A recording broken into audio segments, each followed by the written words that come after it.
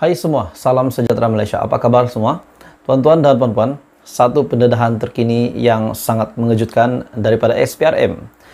Bagi saya, ini satu lagi pendedahan ataupun satu lagi kebocoran rahsia yang berjaya dilondekan, berjaya dibongkar oleh SPRM yang diketuai oleh Tan Sri Azam Baki. Dan bagi saya, pendedahan ini sudah pasti mengejutkan Perdana Menteri Malaysia dan juga mengejutkan yang di Pertuan Agong. Kenapa saya kata begini? Sebab pendedahan hari ini pendedahan terkini daripada SPRM, di mana pendedahan ini yang bernilai ataupun pelaburan kripto, SPRM membuat pendedahan. Akhirnya SPRM membeku 74 akaun bernilai RM11 juta. Wow, ini satu lagi pendedahan yang sangat mengejutkan, menggemparkan. Sebelum ini, akaun bersatu yang dibekukan yang sehingga hari ini belum lagi dicairkan. Dan terkini pula SPRM membuat pendedahan lagi bahawa ada 74 akaun. Dan ke-74 akaun ini bernilai RM11 juta. Saudara-saudara, nilai RM11 juta bukanlah jumlah yang sedikit. Jadi ini satu lagi pendedahan yang mengejutkan. Oke, sebelum kita ke berita sepenuhnya, saya meminta jasa baik Anda untuk bantu channel ini dengan menekan butang like, menekan butang subscribe, dan dipersilakan share. Terima kasih.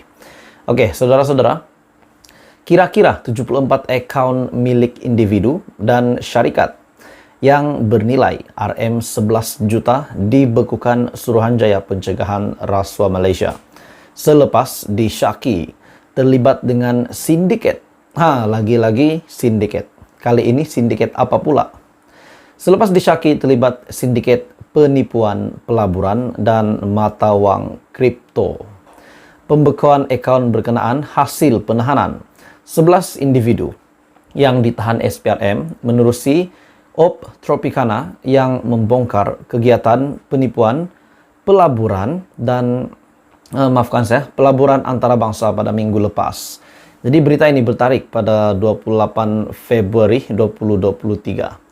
Jadi saudara-saudara, satu lagi pendedahan mengejutkan di mana 74 akaun dibekukan bernilai RM11 juta dan juga 11 individu yang ditahan SPRM menerusi Op Tropicana. Jadi ini satu lagi sindiket penipuan pelaburan dan mata wang kripto.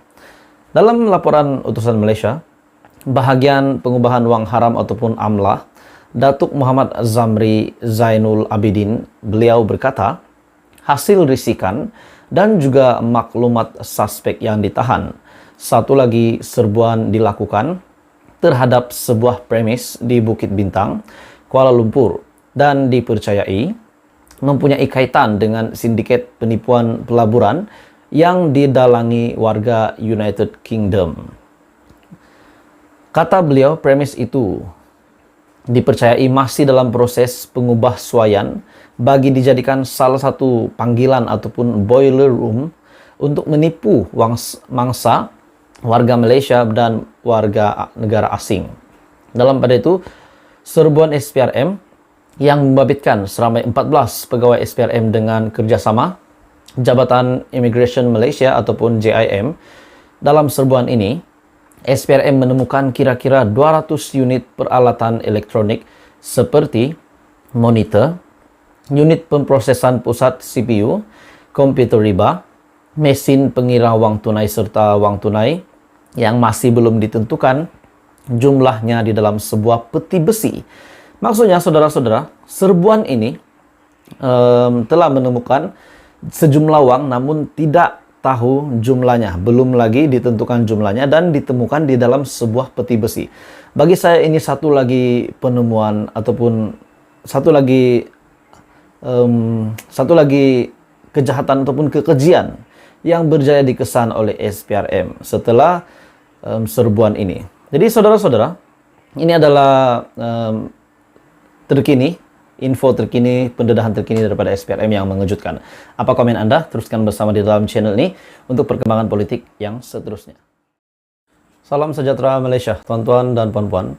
Banyak spekulasi mengatakan Anwar Musa akan menyertai parti.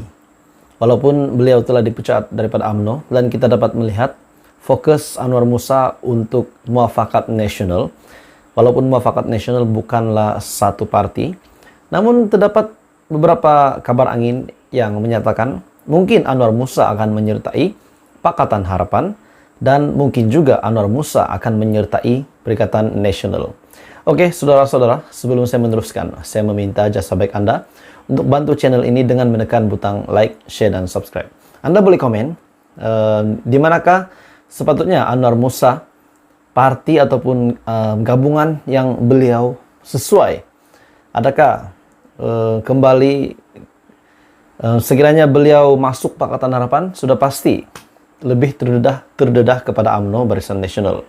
Dan hari ini saudara-saudara, terdapat satu kenyataan yang mengatakan bahwa Anwar Musa, Perikatan Nasional akhirnya mengumumkan satu pendedahan yang mengejutkan yang berkata, Perikatan Nasional secara terbuka mengalu-alukan bekas ahli parlimen Ketere, Tan Sri Anwar Musa, untuk menyertai parti tersebut. Presiden PAS, Tan Sri Abdul Hadi Awang, menyifatkan bekas Menteri Komunikasi dan Multimedia itu merupakan seorang pemimpin yang berwibawa. Beliau juga pemimpin yang berwibawa yang boleh membaca politik tanah air. Beliau akan buat keputusan sendiri. Kita alu-alukan.